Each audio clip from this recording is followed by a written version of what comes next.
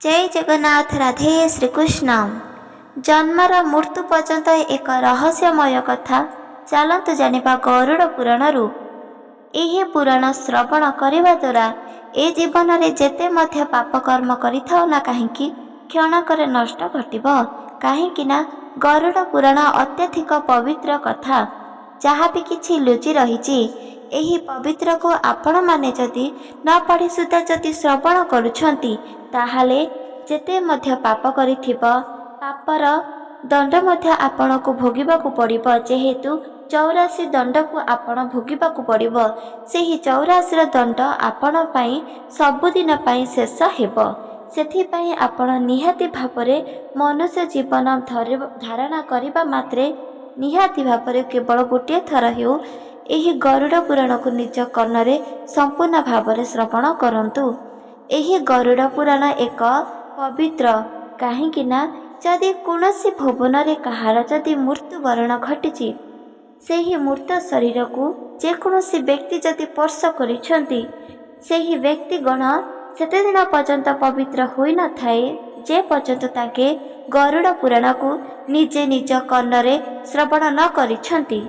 सेथिपई तो कुहा जाउछि शास्त्र रे उल्लेख अछि जदि कौनसी व्यक्तिर मृत्युवरण घटी ताकू अन्य कौनसी व्यक्ति तांको सदस्य हेउ बा तांकर बंधुर हेउ बा जे कौनसी व्यक्ति जदि हेउ सेही मृत शरीर को स्पर्श करिथिबो जेमिति स्नान करुछंती 13 दिन परे संपूर्ण भावरे अशुभ मृत शरीरर दोष सबकिछि दूरे जाए एहा असत्य होइथाए। आपण केते मध्य स्नान कर गंगा जल हेउ बा जे कौनसी जल रे हेउ किंतु आपणक पूरा शरीर आपणकर सेही भवन सबुदिन पई अपवित्र होइथाए। आपण माने जदि एही 13 दिन परे जदि एही गरुड़ पुराण को श्रवण करुछंती ताहाले मने रखंतु आपणक पूरा शरीर आपणक भवन सबुदिन पई मंगल होइजिबो। एही मंगल शरीर को धरी आपण भगवान श्री हरिंकर जे कौनसी मंदिर को गमन करि परिबो। एबे मने रखंतु जदि कौनसी व्यक्ति गरुड़ पुराण को न शुणी किंबा न पढ़ी तांको पूरा शरीर अपवित्र होइथाए जेति ताहाले सेही व्यक्ति केबे भी कौनसी देवालय को गमन करिले तांको बहुत बड़ा दंड भोगिबाकू पड़िबो। एहा एक शास्त्र रे उल्लेख अछि आउ सेही शास्त्र हेउची गरुड़ पुराण। सेथिपई आपण निहाती भावरे प्रत्येक व्यक्ति को कहि दियंतु कि गरुड़ पुराण निहाती भावरे गोटे थर हेउ मात्र श्रवण करंतु। 84 दंडर पाप आपण को केबे भी लागि परिबो नाही। सेथिपई चलंतु जानिबा गरुड़ पुराण रे उल्लेख रहिछि जन्मरू मृत्यु पर्यंत एक रहस्यमय कथा जहाँकि केवल गरुड़ पुराण रे उल्लेखित रहिछि। प्रकृत सत्यता जेमिति लोक माने कहउछंती मनुष्य जीवन एही जीवन रे आमे धारणा करिछंती सबु जन्म ठारू श्रेष्ठ जन्म हेउची एही मनुष्य जीवन। एहा कण सत्य ना असत्य एही जन्म परे आमे परवर्ती केउ जन्म नेबा से विषय मध्य आपण माने मने रखंतु। एक सत्य वचन सहित आमे गरुड़ पुराण को श्रवण करिबा ता द्वारा आमर एही जीवन रे जेते मध्य कुकर्मित अर्जित करिथिबा सेही सब किछि कर्म क्षय होइथाए जदि आमे गरुड़ पुराण को श्रवण करिबा। सेथिपई सम्मानर सहित एही गरुड़ पुराण को श्रवण करंतु।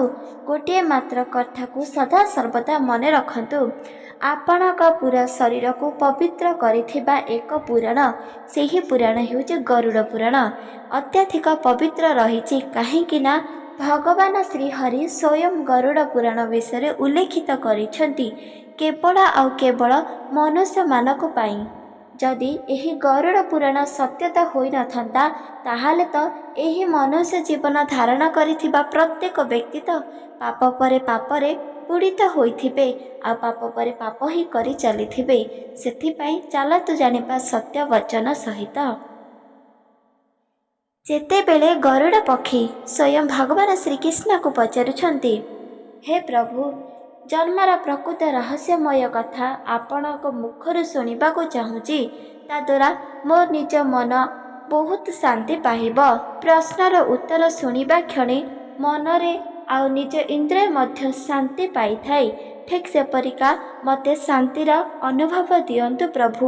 ମୋତେ ବୁଝାଇ କୁହନ୍ତୁ, ଏହି ମନୁଷ୍ୟ ଜୀବନର ଧାରଣା ପ୍ରକୃତ ସତ୍ୟ ବଚନ ସହିତ ତା ସାଥିରେ ମୃତ୍ୟୁର ମଧ୍ୟ ରହିଛି। ଜନ୍ମରୁ ମୃତ୍ୟୁ ପର୍ଯ୍ୟନ୍ତ ରହସ୍ୟ କଥା। ଭଗବାନ ଶ୍ରୀହରି ଗରୁଡ଼କୁ ନିଜର ବାହନ ବୋଲି ସ୍ୱୀକୃତ କରିଛନ୍ତି। ଗରୁଡ଼ ପୁରାଣରେ ଉଲ୍ଲେଖ ରହିଛି, ଭଗବାନ ଶ୍ରୀହରି ଗରୁଡ଼ ପକ୍ଷୀକୁ ନିଜର ସଖା, ନିଜର ମିତ୍ର ବୋଲି ମାନିଥାନ୍ତି। ତାଦ୍ୱାରା ତାଙ୍କେ ସବୁକିଛି ବଚନ କହିଥାନ୍ତି। କାହିଁକି ନା ମନୁଷ୍ୟମାନଙ୍କ ପାଖରେ ପହଞ୍ଚାଇବାର କାରଣ କେବଳ ଗରୁଡ଼ ପାଖରେ ଥିଲା। ସେଥିପାଇଁ ଗରୁଡ଼ ପକ୍ଷୀର ପ୍ରତ୍ୟେକ ପ୍ରଶ୍ନର ଉତ୍ତର ଭଗବାନ ଶ୍ରୀହରି ଦେଉଛନ୍ତି। ସେହି ସମୟରେ ଭଗବାନ ଶ୍ରୀହରି ଗରୁଡ଼ ପକ୍ଷୀକୁ କହିଲେ, ତୁମର ପ୍ରକୃତ ପ୍ରଶ୍ନର ଉତ୍ତର ମୁଁ ନିହାତି ଭାବରେ ପ୍ରତ୍ୟେକ ବ୍ୟକ୍ତିଙ୍କୁ ଜଣାଇବି। ଏହାଦ୍ୱାରା ତୁମେ ମଧ୍ୟ ଜାଣିପାରିବ। ପ୍ରତ୍ୟେକ ମନୁଷ୍ୟ ପ୍ରାତଃ ସମୟରୁ ସନ୍ଧ୍ୟା ପର୍ଯ୍ୟନ୍ତ ଯେକୌଣସି ପାପରେ ଲୀନ ରହୁଛନ୍ତି। ଏହି କଥା ଶୁଣିବା କ୍ଷଣି ତାଙ୍କର ପାପର ଅନ୍ତ ଘଟିଥାଏ, ଆଉ ତାଙ୍କର ପୁଣ୍ୟ ନିଶ୍ଚିତ ଭାବରେ ଲାଗିପାରିବ। ଭଗବାନ ଶ୍ରୀହରି ଗରୁଡ଼ ପକ୍ଷୀଙ୍କର ପ୍ରଶ୍ନ ଶୁଣି କହିବାକୁ ଗଲେ, ଏହା ଏକ ସତ୍ୟ ବଚନ। ଯେତେବେଳେ କୌଣସି ବ୍ୟକ୍ତି ଏହି ସଂସାରରେ ଜନ୍ମଗ୍ରହଣ କରୁଛନ୍ତି, ତାର ତ ମୃତ୍ୟୁ ତ ନିଶ୍ଚିତ ଭାବରେ ଘଟିବ। କୁକର୍ମ ଫଳ ତାକୁ ତ ନିହାତି ଭାବରେ ଭୋଗିବାକୁ ପଡ଼ିବ। କେବେ ବି କୁକର୍ମ ଫଳ କିମ୍ବା କେବେ ବି ଏହି ମୃତ୍ୟୁ, ଏହି ଦୁଇଟି ଜିନିଷ ପିଛା ଛାଡ଼ି ନଥାଏ। ସେ ପର୍ଯ୍ୟନ୍ତ ଆମ ପାଖରେ ରହିଥାଏ, ଯେ ପର୍ଯ୍ୟନ୍ତ ଆମେ ଯେକୌଣସି କର୍ମ ସହିତ ଜଡ଼ିତ ରହୁଛନ୍ତି। ଏହା ସତ୍ୟ ଅଟେ। ଯେତେବେଳେ କୌଣସି ବ୍ୟକ୍ତି କୌଣସି ମା ଗର୍ଭରୁ ଯଦି କୌଣସି ସନ୍ତାନ ଜନ୍ମିତ ହେଉଛି, ସେତେବେଳେ ତାର କୌଣସି ବି ପାପକୁ ଧରିଯାଏ ନାହିଁ। କାହିଁକି ନା ସିଏ ମାତୃ ଗର୍ଭରେ ହିଁ ଭଗବାନ ଶ୍ରୀହରିଙ୍କୁ ପ୍ରତିଜ୍ଞା କରି ଜନ୍ମିତ ହେଉଛି। ଯେତେବେଳେ ସେହି ଶିଶୁ ଏହି ସଂସାରରେ ଜନ୍ମଗ୍ରହଣ କରିବ, ସିଏ କେବେ ବି ପୁଣି ଥର ଏକ ଜନ୍ମ ପରି କୌଣସି ପାପକର୍ମରେ ଲିପ୍ତ ହେବ ନାହିଁ। ଭଗବାନଙ୍କର କଥା ଶୁଣି ଗରୁଡ଼ ପକ୍ଷୀ ପ୍ରଶ୍ନ କରିଲେ, ହେ ପ୍ରଭୁ, ସେହି ସନ୍ତାନର କିପରି ଜ୍ଞାତ ଥିବ କି ପୂର୍ବ ଜନ୍ମରେ ଯାହା ବି କିଛି କର୍ମ କରିଥିବ? ଏହା କିପରି ସମ୍ଭବ? ଭଗବାନ ଶ୍ରୀହରି ଗରୁଡ଼ ପକ୍ଷୀକୁ ବୁଝାଇ କହିଲେ, ହେ ପ୍ରାଥ, ମନ ଧ୍ୟାନ ଦେଇ ଶୁଣ। ଯେତେବେଳେ କୌଣସି ବ୍ୟକ୍ତି ଜନ୍ମିତ ହୋଇଥିବ ମନୁଷ୍ୟ ଜୀବନରେ, ସିଏ କିଛି ଭଲ କର୍ମ ହେଉ ବା କୁକର୍ମ ହେଉ ନିହାତି ଭାବରେ କରିବ। ସେହି କର୍ମର ଦଣ୍ଡ ତାକୁ ଭୋଗିବାକୁ ପଡ଼ିବ। ଯେତେବେଳେ ତାର ମୃତ୍ୟୁବରଣ ଘଟିବ, ତାକୁ ସେସବୁ ଦଣ୍ଡକୁ ଭୋଗିବାକୁ ପଡ଼ିବ। ସେହି ସମୟରେ ଗୋଟି ଗୋଟି କରି ତାର ଗୋଟିଏ ପାପ ଧୋଇ ହୋଇଯିବ।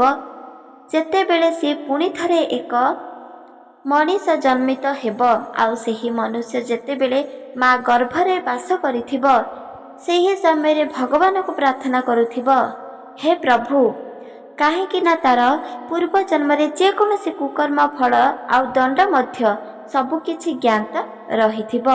ହେ ପ୍ରଭୁ, ମୋତେ ଏହି ସଂସାରରେ ଜନ୍ମ କରାନ୍ତୁ ନାହିଁ। ମୁଁ ମାତୃ ଗର୍ଭରେ ହିଁ ପ୍ରତ୍ୟେକ ଦିନ ବହୁତ ଖୁସି ଆନନ୍ଦରେ ରହିବି। ଭଗବାନ ଶ୍ରୀହରି ତାଙ୍କର କଥାକୁ ନିହାତି ଭାବରେ ସ୍ୱୀକୃତ ଦେଲେ, ଆଉ ତାକୁ ଜନ୍ମ କଲେ ନାହିଁ। ପୁଣି ଥରେ ସନ୍ତାନ ମାତୃ ଗର୍ଭରେ ଧୀରେ ଧୀରେ ବଡ଼ ହେବାକୁ ଲାଗୁଛି, ଆଉ ମାତୃ ଗର୍ଭରେ ଥିବା ବିଭିନ୍ନ ପ୍ରକାର କୀଟ ମଧ୍ୟ ତାକୁ ଘାସ କରିବାକୁ ବାହାରୁଛନ୍ତି। ସେହି ସମୟରେ ସନ୍ତାନ ପୁଣି ଥରେ ଈଶ୍ୱରକୁ କହୁଛି, ହେ ଈଶ୍ୱର, ମୋତେ ପୁଣି ଥରେ ଏହି ପଦାକୁ ଅତ୍ୟନ୍ତ ଶୀଘ୍ର ବାହାର କରିଦିଅ।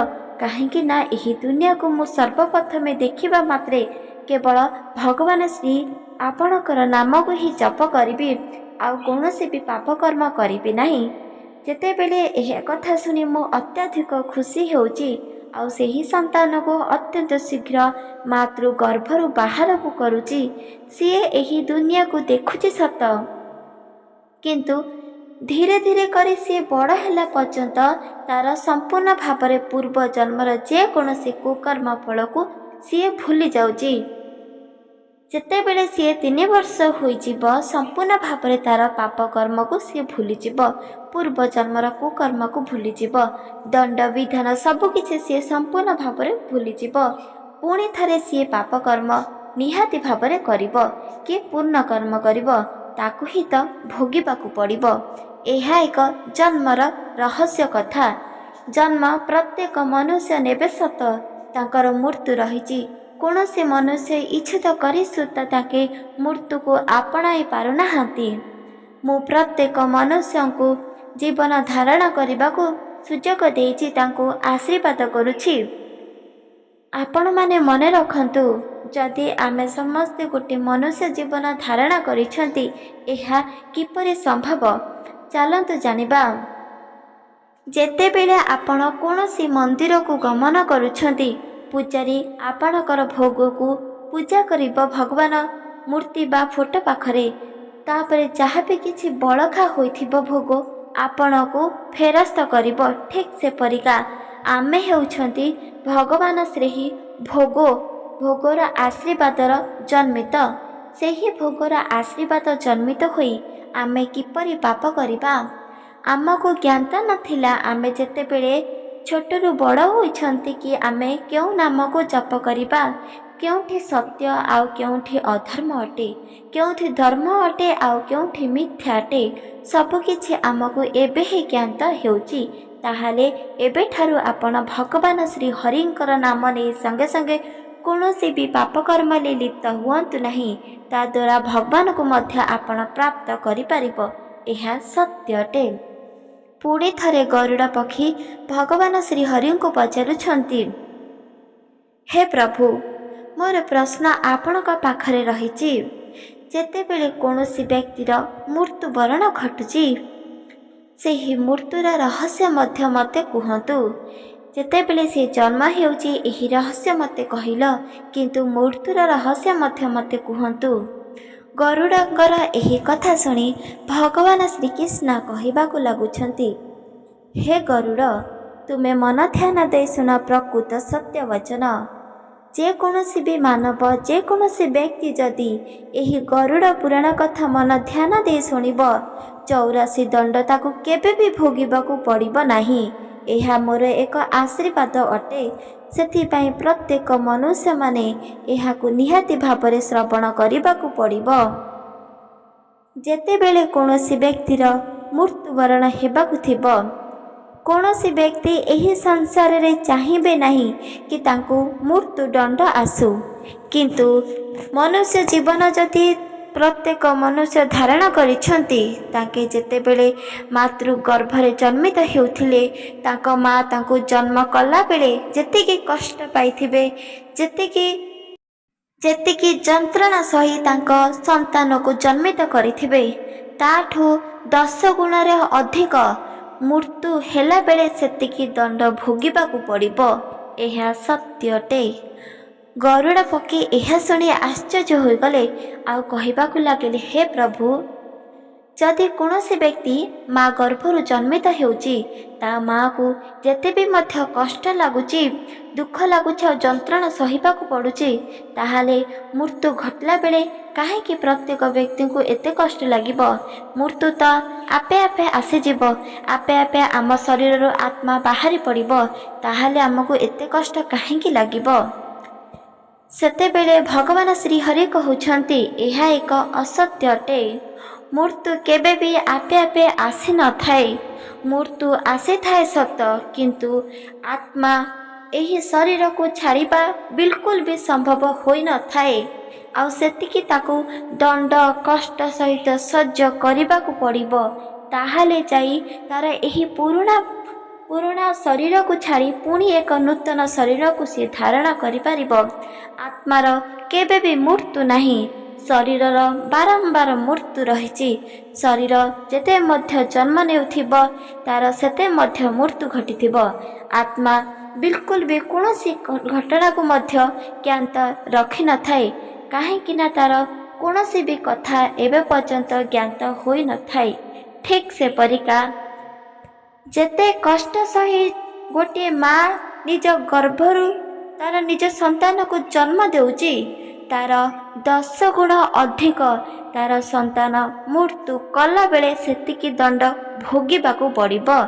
ଏହାର ପ୍ରକୃତ ଅର୍ଥ ହେଉଛି ଯେତେବେଳେ ସିଏ ଜନ୍ମ ହେଉଛି ତା ମୃତ୍ୟୁ ପର୍ଯ୍ୟନ୍ତ ସିଏ ଯେତେ ବି ମଧ୍ୟ କୁକର୍ମ କରିଛି, ଗୋଟି ଗୋଟି କରି ତାକୁ ଦଣ୍ଡ ସେ ଟାଇମରେ ଭୋଗିବାକୁ ପଡ଼ିବ।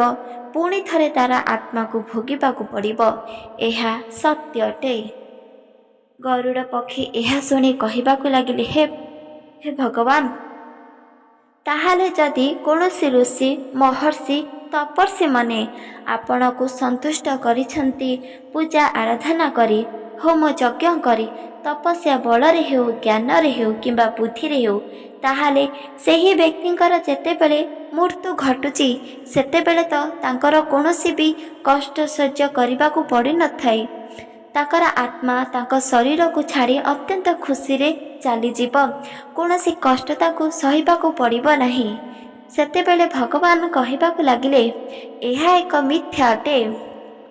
ମୋତେ କେତେ ବି ପୂଜା କରିଥାଉ ନା କାହିଁକି କୌଣସି ତପସ୍ୱୀ, କୌଣସି ମହର୍ଷି କିମ୍ବା କୌଣସି ବିଦ୍ୱାନ ଜ୍ଞାନୀ ଲୋକ, ତାର ମୃତ୍ୟୁ ବେଳେ ତାକୁ ମଧ୍ୟ ଦଣ୍ଡ ଭୋଗିବାକୁ ପଡ଼ିବ, ତାକୁ ମଧ୍ୟ ଦଣ୍ଡ ସହ୍ୟ କରିବାକୁ ପଡ଼ିବ। ଏହା ସତ୍ୟ ଅଟେ। ଗରୁଡ଼ ପକ୍ଷୀ ଏହା ଶୁଣି କହିବାକୁ ଲାଗିଲେ, ହେ ପ୍ରଭୁ, ଏମିତି କୌଣସି ବାଟ ନାହିଁ ସେହି ବାଟ ଦେଇ ଗଲାବେଳେ କୌଣସି ବି ଦଣ୍ଡ ଭୋଗିବାକୁ ପଡ଼ିବ ନାହିଁ। ଏହା ତ କିଛି ନା କିଛି ବାଟ ରହିଥିବ, ନିହାତି ଭାବରେ ରହିଥିବ। ସେତେବେଳେ ଭଗବାନ ଶ୍ରୀକୃଷ୍ଣ କହିବାକୁ ଲାଗିଲେ, ଯଦି କୌଣସି ବ୍ୟକ୍ତି ମୃତ୍ୟୁବରଣ କରୁଛନ୍ତି, ସେହି ସଙ୍ଗେ ସଙ୍ଗେ କିଛି କ୍ଷଣ ଆଗରୁ ଯଦି ଓମ୍ ଶବ୍ଦ କହୁଥିବ, ତାହେଲେ ତାର ପୁରା ଶରୀର ଯେତେବେଳେ ମୃତ୍ୟୁବରଣ ଘଟିବ ସେତେବେଳେ ତାର ଆତ୍ମା ଅତ୍ୟନ୍ତ ସରଳ ଉପାୟରେ ଚାଲିଯିବ। ତାକୁ କୌଣସି ବି ଦୁଃଖ କଷ୍ଟ ସହ୍ୟ କରିବାକୁ ପଡ଼ିବ ନାହିଁ। ଏହା ଶୁଣି ଗରୁଡ଼ ପକ୍ଷୀ ଜାଣିପାରିଲେ, ଓମ୍ ଶବ୍ଦକୁ ଉଚ୍ଚାରଣ କରିବା ଦ୍ୱାରା ଆତ୍ମାକୁ ଶରୀରକୁ କୌଣସି କଠିନ, କୌଣସି ଦୁଃଖ କଷ୍ଟ ସହ୍ୟ କରିବାକୁ ପଡ଼ିନଥାଏ, କିନ୍ତୁ ଅଳ୍ପକେ ମାତ୍ର ତ କଷ୍ଟ ସହ୍ୟ କରିବାକୁ ପଡ଼ିଥାଏ। ଏହା ସତ୍ୟଟେ। ଗରୁଡ଼ ପକ୍ଷୀ କହୁଛନ୍ତି, ହେ ପ୍ରଭୁ, ଯଦି କୌଣସି ବ୍ୟକ୍ତିର ମୃତ୍ୟୁ ଘଟୁଛି, ସିଏ ପୁଣି ଥରେ କେଉଁ ଜନ୍ମ ନେବ ଏ ବିଷୟରେ ମଧ୍ୟ ଆପଣ କୁହନ୍ତୁ। ଭଗବାନ ଶ୍ରୀହରି ଗରୁଡ଼ ପକ୍ଷୀ ବୁଝାଇ କହିଲେ, ଯଦି କୌଣସି ବ୍ୟକ୍ତିର ମୃତ୍ୟୁବରଣ ଘଟୁଛି, ସିଏ ପୁଣି ଥରେ ନିହାତି ଭାବରେ ଜନ୍ମିତ ହେବ। ସେ ଯେକୌଣସି କୁକର୍ମ କରିଥାଉ ନା କାହିଁକି ସେହି କୁକର୍ମ ଫଳ ତାକୁ ଭୋଗିବାକୁ ନିହାତି ଭାବରେ ପଡ଼ିବ। ଯେତେବେଳେ ସେହି ବ୍ୟକ୍ତିର ମୃତ୍ୟୁବରଣ ଘଟିବ, 13 ଦିନ ପର୍ଯ୍ୟନ୍ତ ସିଏ ତାଙ୍କ ଘରେ ହିଁ ଭୁବନରେ ହିଁ ଘୁରି ବୁଲୁଥିବ। ଯେତେବେଳେ ସମ୍ପୂର୍ଣ୍ଣ ଭାବରେ 13 ଦିନ ହୋଇଯିବ, ସେତେବେଳେ ଯମଦୂତମାନେ ଯାଇ ସେହି ମୃତ ଶରୀରର ଆତ୍ମାକୁ ଧରି ଆସିବେ। ଚିତ୍ରଗୁପ୍ତ ଦେଖିବାକୁ ଲାଗିବେ, ଯିଏ ପ୍ରକୃତରେ ଏହି ବ୍ୟକ୍ତି ତା ଜୀବନରେ କୌଣସି କୁକର୍ମ କରିଛି କି ନାହିଁ। ଚିତ୍ରଗୁପ୍ତ ଯେତେବେଳେ ଜାଣିପାରିବେ ଯମପୁର ରହି ଇଏ ଆଜୀବନରେ ବହୁତ କିଛି ପୁଣ୍ୟ ଅର୍ଜନ କରିଛି, ସେହି ସଙ୍ଗେ ସଙ୍ଗେ ବିଷ୍ଣୁଙ୍କ ଭୁବନକୁ ବହୁତ ଖୁସି ଆନନ୍ଦରେ ପଠାଇ ଦେବେ। ବିଷ୍ଣୁଙ୍କ ଭୁବନକୁ ଯିବା କ୍ଷଣି ତାଙ୍କର ସବୁ କିଛି ଜ୍ଞାତ ହୋଇଯିବ। ତାଙ୍କେ ଯେକୌଣସି ଜନ୍ମ ଗ୍ରହଣ କରିଥିବେ, ସ୍ୱର୍ଗପୁରକୁ ମଧ୍ୟ ଗମନ କରିବା ଦ୍ୱାରା ବହୁତ କିଛି ଶାନ୍ତି ପ୍ରାପ୍ତ ହୋଇଥାଏ। ଏହା ସତ୍ୟଠେ।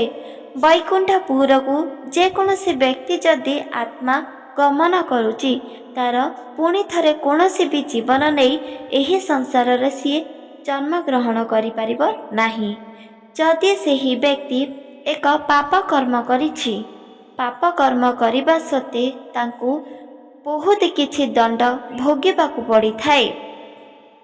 ସେହି ବ୍ୟକ୍ତିକୁ ଏକ ନର୍କ କୁଣ୍ଡକୁ ନିଆଯିବ, ଆଉ ସେହି ନର୍କ କୁଣ୍ଡରେ ତାକୁ ବହୁତ କିଛି କଷ୍ଟ ସହ୍ୟ କରିବାକୁ ପଡ଼ିବ। ଏହା ଏକ ସତ୍ୟଟେ। ପ୍ରତ୍ୟେକ ପାପୀକି ବିଭିନ୍ନ ପ୍ରକାର ଦଣ୍ଡ ରହିଛି। ସର୍ବପ୍ରଥମେ ତାକୁ ବୈତରଣୀ नदी को पार करने को पड़िब। ସେହି ନଦୀକୁ ପାର କରିବାକୁ ହେଲେ ବୈତରଣୀ ନଦୀକୁ ପାର କରିବାକୁ ହେଲେ 4 ବର୍ଷ ଲାଗିଥାଏ। ଗୋଟିଏ ନଦୀକୁ ପାର କରିବାକୁ ହେଲେ 4 ବର୍ଷ ଲାଗିଥାଏ। ଆଉ ସେହି ନଦୀର ବିଭିନ୍ନ ଜାଗାରେ ବିଭିନ୍ନ ଦଣ୍ଡ ଲୁଚି ରହିଛି। ଯେମିତିକା ବୈତରଣୀ ନଦୀ ଅଧା ରାଗରେ ବହୁତ ଗରମ ହୋଇଥିବ। ଆଉ ସେହି ଗରମ ଥିବା ଯୋଗୁଁ ଯଦି କୌଣସି ଆତ୍ମା ସେଠା ଦେଇ ଯିବ ତାକୁ ବହୁତ କଷ୍ଟ ଲାଗିବ, ବହୁତ ଦୁଃଖ ଲାଗିବ। ଆଉ ଅଧା ବୈତରଣୀରେ ଏକ ଗରମ ପରିକା ତେଲ ରହିଥିବ। ଆଉ ସେହି ତେଲକୁ ମଧ୍ୟ ସହ୍ୟ କରିବାକୁ ପଡ଼ିବ। ଅଧା ଜାଗାରେ ବହୁତ ଜୋରେ ଗରମ ହେଉଥିବ, ଅର୍ଥାତ୍ ନିଆଁ ଜଳୁଥିବ। ସେହି ନିଆଁକୁ ମଧ୍ୟ ଦାହ କରିବାକୁ ପଡ଼ିବ। ଆଉ ଅଧା ଜାଗାରେ ଏକ ହିଂସାଧର ସାପ, ବିଭିନ୍ନ ପ୍ରକାର ଜନ୍ତୁ ମଧ୍ୟ ରହିଥିବ। ସେହି ଜନ୍ତୁକୁ ମଧ୍ୟ ଦେଇ ପାର ହେବାକୁ ପଡ଼ିବ। ଆଉ ଅଧା ବୈତରଣୀ ନଦୀରେ ମୃତ୍ୟୁବରଣ କରିଥିବା ଯେକୌଣସି ଆତ୍ମା ମଧ୍ୟ ସେଠାରେ ଥିବ। ସେଠାକୁ ଗଲା ମାତ୍ରେ ତାର 2ଟି ଯାକ ଗୋଡ଼କୁ ଧରି ଖିଚୁଥିବେ। ଏହା ଏକ ସତ୍ୟ ଅଟେ। ସେଥିପାଇଁ ବୈତରଣୀ ନଦୀ ପାର ହେବାଟା ବହୁତ କଷ୍ଟ ହୋଇଥାଏ। ପାର କରୁ କରୁ ଗୋଟିଏ ଆତ୍ମାକୁ 4 ବର୍ଷ ଲାଗିଯାଏ। ଏହା ସତ୍ୟ ଅଟେ।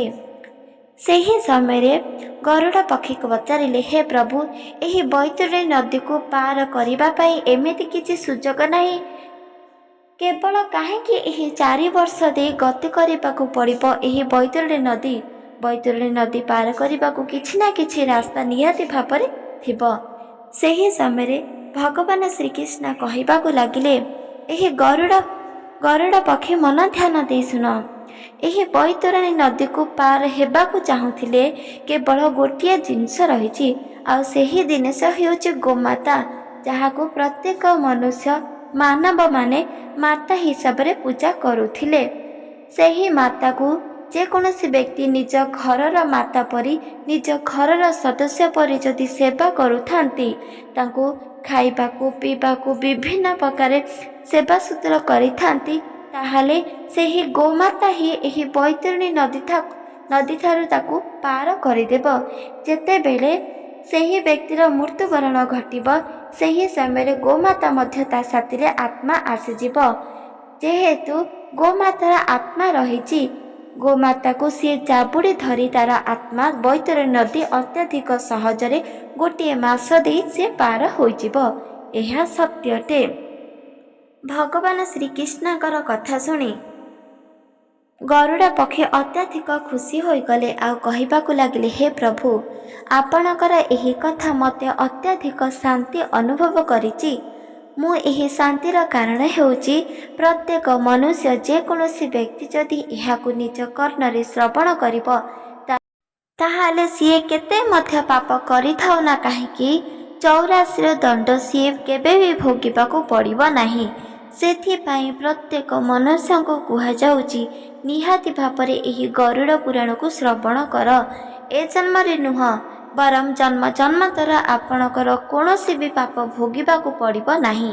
ଏକ ସତ୍ୟ ଅଟେ ଏହି ଗରୁଡ଼ ପୁରାଣ, ଯାହା ଶୁଣିବା ମାତ୍ରେ ପାପ କ୍ଷୟ ହୋଇଥାଏ ଆଉ ପୁଣ୍ୟ ପ୍ରାପ୍ତ ମଧ୍ୟ ହୋଇଥାଏ।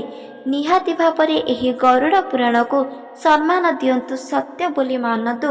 କାହିଁକି ନା ଏ ଜୀବନରେ ଆମେ ଯେତେବେଳେ ମୃତ୍ୟୁବରଣ କରିବା, ସେହି ସମୟରେ ସ୍ୱର୍ଗକୁ, ବୈକୁଣ୍ଠପୁରକୁ ବା ଆମେ ଯେକୌଣସି ବି ଦଣ୍ଡ ଭୋଗିବାକୁ ଯିବା, ଆମ ସାଥିରେ କୌଣସି ବି ଜିନିଷ ଧରି ଯାଇପାରିବା ନାହିଁ। ଯଦି ଆମେ ଏହି ଗରୁଡ଼ ପୁରାଣକୁ ବା ଯେକୌଣସି ଶାସ୍ତ୍ର ପୁରାଣକୁ ନିଜ କର୍ଣ୍ଣରେ ଶ୍ରଦ୍ଧାର ସହିତ, ସମ୍ମାନ ସହିତ ଯଦି ଶ୍ରବଣ କରିବା, ତାହେଲେ ସେସବୁକୁ ଧରି ଆମେ ସ୍ୱର୍ଗପୁରକୁ ଗମନ କରିପାରିବା। ତାଦ୍ୱାରା କୌଣସି ବି ପାପ ଆମକୁ ଲାଗିବ ନାହିଁ, ଆହୁରି ଆମକୁ ବହୁତ ସ୍ୱାଗତ ମଧ୍ୟ କରାଯିବ। ସେଥିପାଇଁ କୁହାଯାଉଛି, ଜୀବନରେ ଯଦି ଟଙ୍କା ପଇସା ଧନ ସମ୍ପତ୍ତିକୁ ଆପଣମାନେ ଜରୁରୀ ବୋଲି ମାନନ୍ତି, ତାଠାରୁ ଅଧିକ ଜରୁରୀ, ଅଧିକ ମହତ୍ୱପୂର୍ଣ୍ଣ ହେଉଛି ଯେକୌଣସି ଶାସ୍ତ୍ର ପୁରାଣକୁ ଶ୍ରବଣ କରିବା ଦ୍ୱାରା। ଏହି ପୁରାଣ ଆପଣଙ୍କୁ ସର୍ବ ସଙ୍କଟରୁ ଉଦ୍ଧାର କରିବ। ଏହା ସତ୍ୟ ଅଟେ। ଆପଣମାନଙ୍କୁ ଏହି ସୁନ୍ଦର କଥା କିପରି ଲାଗିଲା, ଗରୁଡ଼ ପୁରାଣ ଆପଣମାନଙ୍କୁ କିପରି ଲାଗିଲା କମେଣ୍ଟ ମାଧ୍ୟମରେ ନିଶ୍ଚିତ ଭାବରେ ଜଣାଇ ପାରିବେ। ଏହି ଭିଡ଼ିଓ ଯଦି ଆପଣମାନଙ୍କୁ ଭଲ ଲାଗିଛି ଚ୍ୟାନେଲକୁ ସବସ୍କ୍ରାଇବ୍ କରିଦେବେ, ଲାଇକ୍ କରିଦେବେ, କମେଣ୍ଟ କରିଦେବେ। ରହୁଛି। ଜୟ ଜଗନ୍ନାଥ, ଜୟ ମା ଲକ୍ଷ୍ମୀ, ଜୟ ଶ୍ରୀକୃଷ୍ଣ। ରାଧେ ରାଧେ ରାଧେ ରାଧେ ଶ୍ରୀକୃଷ୍ଣ।